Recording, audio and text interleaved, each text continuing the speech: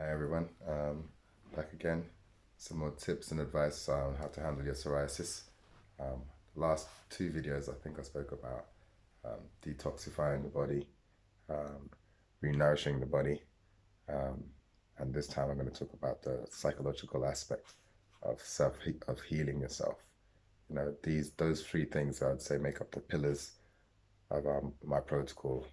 In terms of how you go about how I went about healing myself and got myself to this point. Those three factors came together massively.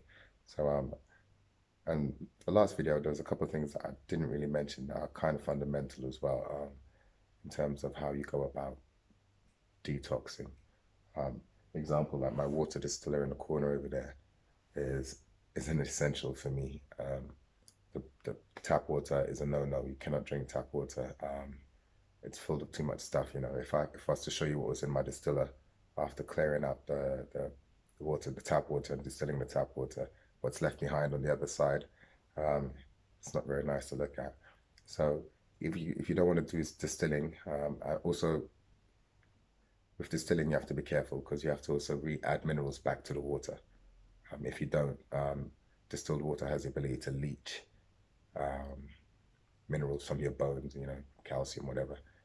So you need to add a mineral to it so that the water doesn't do that. But anyway, I would suggest though at first that you probably use spring water because spring water is high in pH. It's in alkalinity. Up to pH 9, pH 10.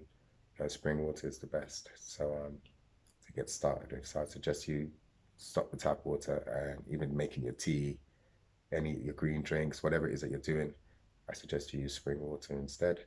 Or if you know how to distill and you want any information, you can check up on how to distill and do stuff like that. You can add hydrogen to your water. You can supercharge your water if you want to. There's ways you can supercharge your water.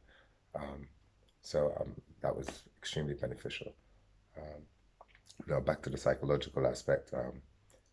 I've been practicing certain things to help move forward. There's techniques. I've been doing cold showers, which are extremely good because it causes the body slight distress and anxiety and all of that stuff. The psychological aspect of psoriasis. The cold showers help definitely in by learning to cope with little stresses. Your body can handle bigger stresses, um, and that's been massive. And the Wim Hof breathing techniques that I've been doing along with those cold showers definitely been great for resetting the whole chemistry, the hormones, the serotonin, the dopamine, um, melatonin, stuff like that. Yoga Nidra is another great one. So, that's, I use that when I lie down in the morning. I can just listen to it before I go to bed even sometimes. If I've had a bad night sleeping and I just need to reset my circadian rhythms, I just get my body and brain back in sync. I would use some yoga nidra, and it's extremely good for visualization. And you have to almost know that you're healed, you know, before you even start healing. You gotta know you're gonna be healed at the end of this, and you gotta start believing that you're feeling well before you start to get well. So yoga nidra is good for that because it's very good about you visualizing yourself where you want to be, how you want to go, and short term, medium term, long term. Um, and that's good for reprogramming the mind, which is all sinks back into the whole biochemistry. Um, so yeah, for now, I think you should do your own research and check up on those guys. Yoga Nidra, Wim Hof, and the breathing techniques, how you use your water and stuff. Definitely need to make sure you do that well. And there was one other thing actually on the last video I didn't mention vitamin. Well, as I said, omega threes. So omega threes are extremely important for balancing and getting your whole body functioning properly. Obviously, people know about fish oils, but fish oils are high in mercury and certain metals and stuff. So you're still trying to eliminate that.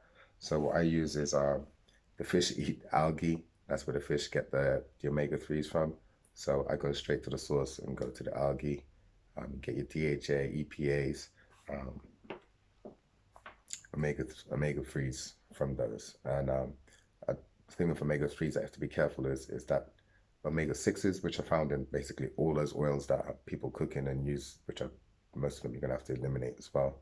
High in omega-6, omega-6 and omega-3s share the same pathways in the body. Omega-6 stays longer, omega-3s absorb faster. So I suggest that you take your omega-3s in the morning, and then you have to start eliminating omega-6s. You know, there should be at least a 1-to-1 to start off with of omega-3s to omega-6, but I think it's like an average 1-to-4, 1-to-1 or 1-to-4, I think is a fair range to be in. But most of us are actually like 1-to-20, you know, omega-3s to omega-6s. So cutting back on the omega-6s. You might want to do some research and check out on that as well to help you on your way. But I've kind of spoken for a bit, so take care, and hopefully I'll come back with some more in the next video. Bye.